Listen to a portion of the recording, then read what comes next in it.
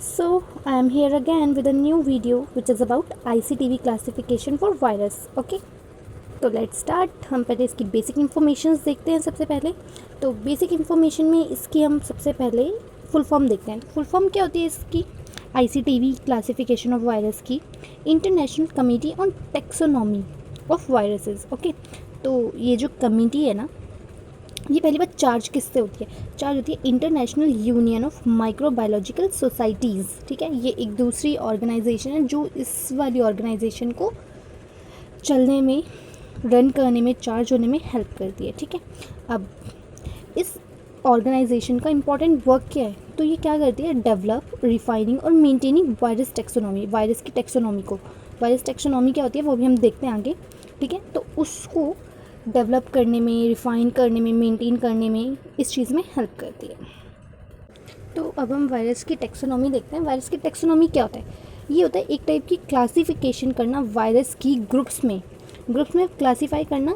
किस बेसिस पे? उसकी फ़िज़िकल एंटिटीज़ में, मतलब कि वो दिखता कैसे है। ठीक है, उसकी शेप क्या है, कलर क्या है, साइज़ क्या है। Colour doesn't matter but shape matter करता है, साइज़ मैटर करता है, और उसके डिफरेंट फंक्शन की, मोड ऑफ इन्फेक्शन क्या है उसका, लिविंग एरिया क्या है उसका। इस वे में फिज़िकल एंटिटीज़ के बेस पे ग्रुप्स में क्लासीफाई करना वायरस को।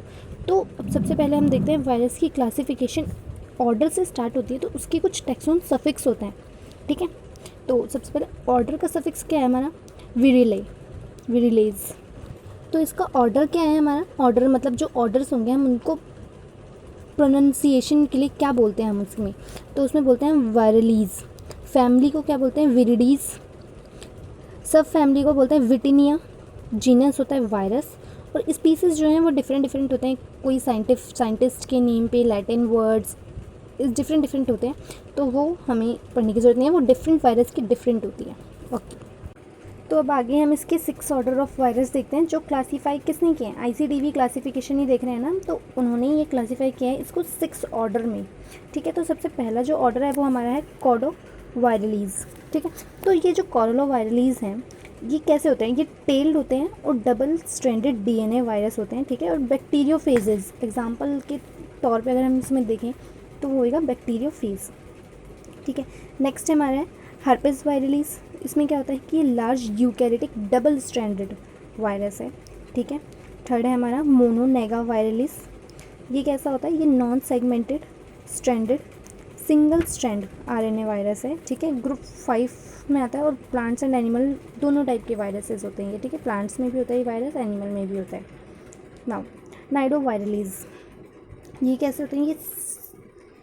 ये सिंगल स्ट्रैंडेड RNA वायरस होगा। ठीक है, और इसमें क्या होता है? वर्टिब्रेट होस्ट होते हैं, जो इसके होस्ट होते हैं ना वो वर्टिब्रेट्स होते हैं। Now next is पिकॉर्ना वायरलीज।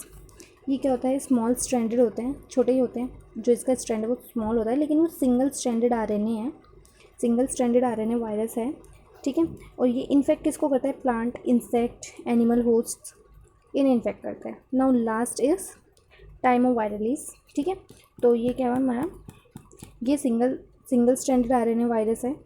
ठीक है, जो क्या करता है? इनफेक्ट प्लांट्स को इन्फेक्ट करता है। ठीक है, अब फाइनली हम देखें तो ये जो ICTV क्लासिफिकेशन है, इस कमेटी ने अभी तक कितने स्पीसीज़, कितने ऑर्डर्स वगैरह रिसर्च कर चुके हैं? तो अभी तक करंटली 6 ऑर्डर्स, 87 फैमिलीज़, 19 सब फैमिलीज़, 348 जेनेराज और 2288 स्पीसीज़ जो है अभी तक हम डिफ़ाइन कर चुके हैं, अभी तक डिस्कवर हो चुके हैं। ठीक है,